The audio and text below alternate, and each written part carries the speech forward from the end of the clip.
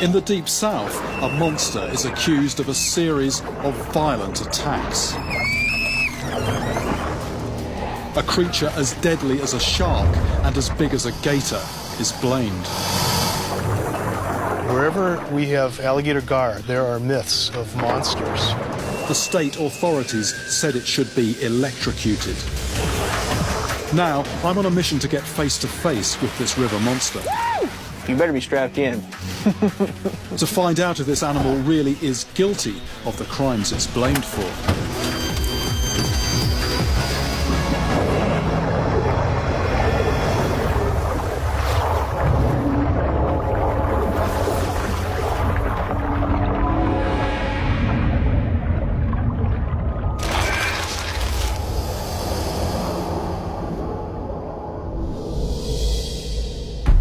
I'm Jeremy Wade, a fisherman and a biologist with a passion for freshwater giants.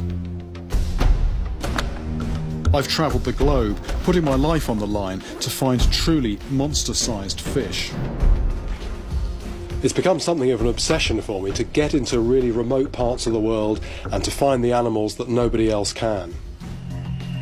But the creatures I hunt and find are not just monsters in size, but in attitude too. And now I'm on the trail of one that has a reputation for attacking humans. I've heard some alarming stories of this creature over many years, but I've never seen one in the flesh. It's the alligator gar, a truly prehistoric monster. There are 5 species of gar that inhabit the United States. All gar are ancient fish. They've existed on Earth for over 100 million years. Their survival is in part because of their unique defence system, scales made from a super hard enamel called ganoin. This armour plating has seen them survive predatory dinosaurs. The alligator gar, however, is in a class apart. Named for the profile of its snout, it's the largest of all gar, reaching some 10 feet in length and weighing over 365 pounds. It has a further defining characteristic, a double row of dagger-pointed teeth along the length of the upper jaw. But these attributes have not been enough to defend it against a more modern threat, man. Before 1930, their range extended beyond American borders. But the impact of people means that now they're not found above the boot heel of Missouri and Tennessee. Alligator gar stand accused of savage attacks on humans. I've trawled the archives, and all the attacks I've come across are concentrated in the deep south. They certainly have the teeth for it, but I've been unable to find any hard evidence that these fish are the culprits. If I'm going to find an alligator gar guilty of these crimes, I'm definitely looking for a very big fish. The experts I've spoken to suggest Texas is the place where the biggest specimens are still to be found. I'm heading directly to the Trinity River, a 710-mile-long waterway. Here, people have caught gator gar longer than I am tall. It's bigger when you get close, isn't it? To help me, I'm recruiting Bubba Bedri. He's a specialist in finding alligator gar that weigh over 100 pounds, sometimes for food, but normally for bow fishermen after trophies.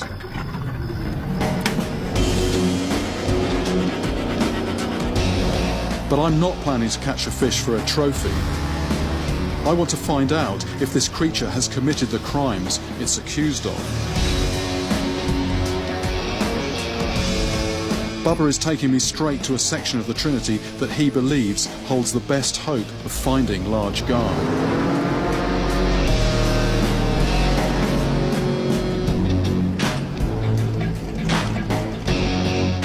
What we're doing now is we're just drifting with the current, and we've just come to a bend in the river that doubles round.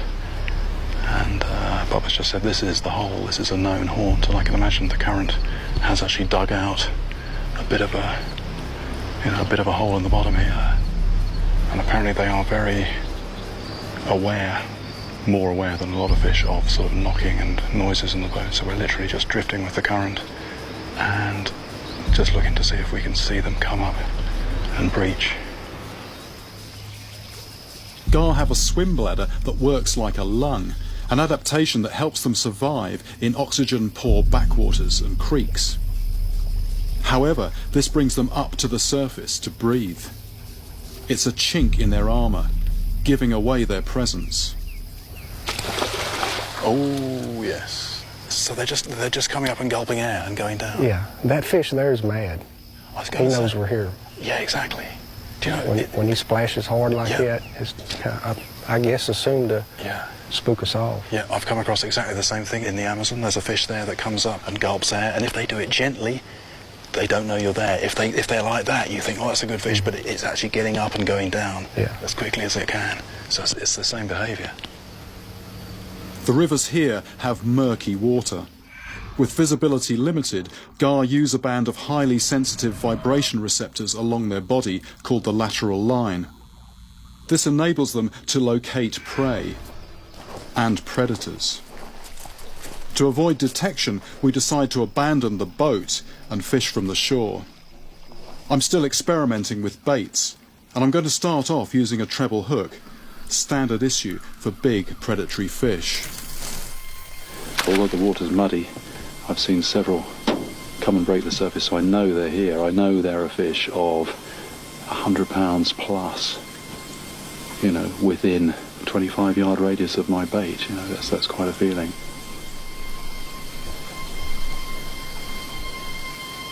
It's one of those moments in fishing where things can go from being very quiet, like they are at the moment, to, you know, suddenly you can have an animal over 100 pounds on the end of your line, trying to pull you in the water.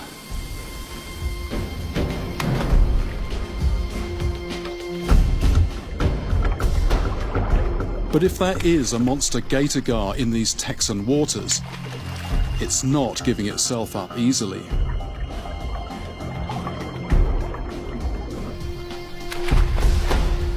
If I'm to find one that fits the crimes it's accused of, it has to be at least as big as me. A real river monster.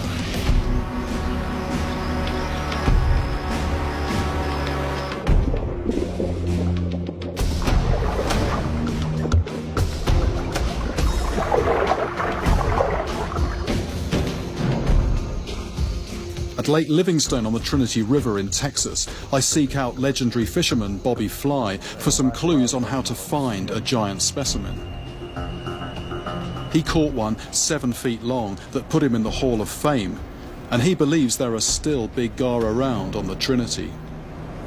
You ain't got to move your boat 100 yards one way or the other to catch good garfish right there. Now I have seen one 14 foot long down there. Dogfish. Oh, really? Mm-hmm.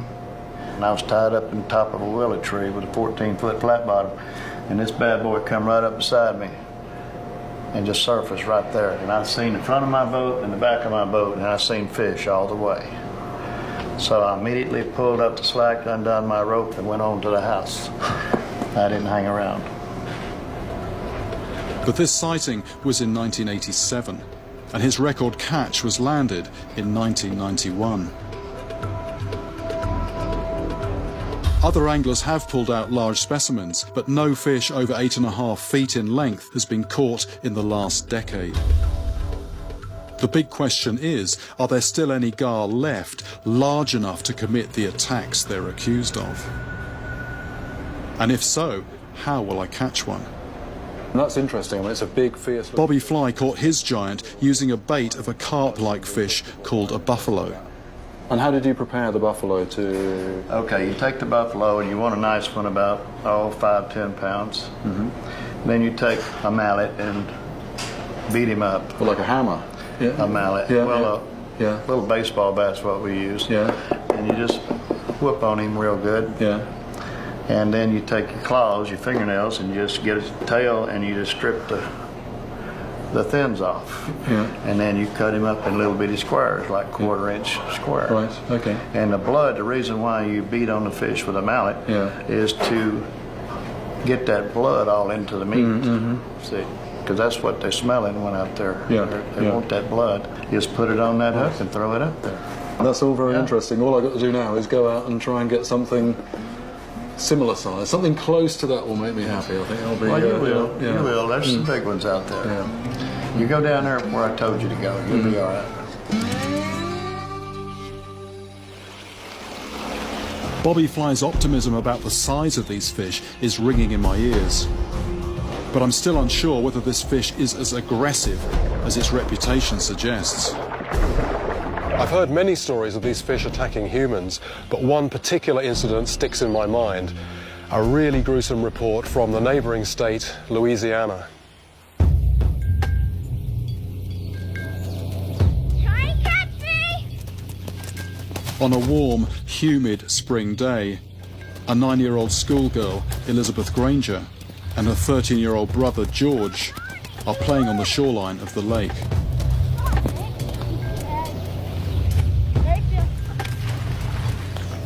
Not fair, you always win.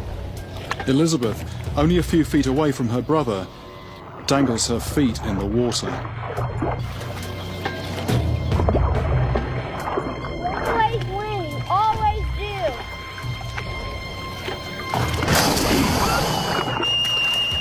Suddenly, something grabs hold of her leg.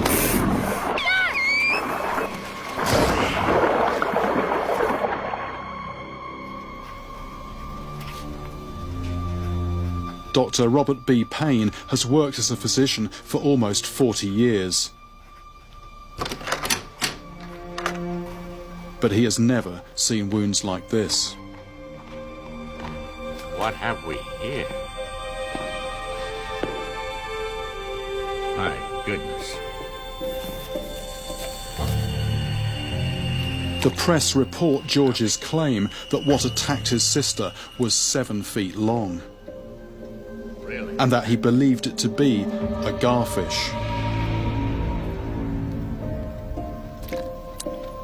In his medical report, Dr. Payne describes the wounds as being like coarse needles inserted in a board.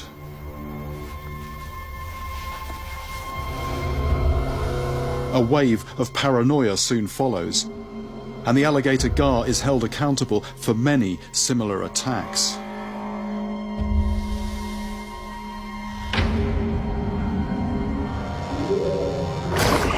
Although this was a well-documented event, the identity of the attacker rested entirely on the testimony of a 13-year-old boy. But was an alligator gar really the culprit? Or, with its threatening prehistoric appearance, was it just an obvious scapegoat? I turn to Mark Spitzer, an expert on the gar. You've got a sort of an inch thick or so. Yeah. Is that what you... Is that the sort of the official gar history as far as you've... Well, this is my gar history. I've been intensely researching gar for the last few years, and, you know, all over the country, wherever we have alligator gar, there are myths of monsters. These fish were the fishes of nightmares, and so, I mean, one rumor that was created was that these fish eat twice their weight in a day, and stuff like that, you know, and that they attack human beings. So, I mean, were there lots of stories of that kind of nature? There was an article that appeared in the New Orleans newspaper called "Alligator Gar More Dangerous Than So-Called Man-Eater Shark." And this is a copy of the article. It was written by an anonymous journalist who basically said, if you should emerge from swimming or taking a bath and you find out that you have a limb missing, do not blame the shark. It is probably the alligator gar that did it. It's where does the fact end and the imagination and sort of fantasy start? The gar can certainly grow to a large size, and it has a ferocious armory of teeth. But does this prove an inclination to attack humans? Is it a natural-born killer? I need to find hard evidence. Using the advice of fishing legend Bobby Fly, I'm going for a bait of buffalo fish. This, I hope, will let me get my hands on the alleged culprit. but I'm learning on the job.